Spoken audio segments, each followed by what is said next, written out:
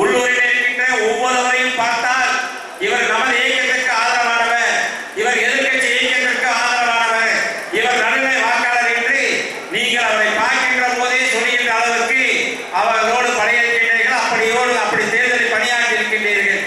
அந்த பணியோடு சேர்த்து இப்ப நாம் ஆடுகின்ற பணிதான் வர இருக்கின்ற தேர்தலில் திமுக என்ற கட்சிக்கு சாவணி அளிக்கின்ற தேர்தல் என்பதை மட்டும் நீங்கள் மனதில் வைக்க வேண்டும்.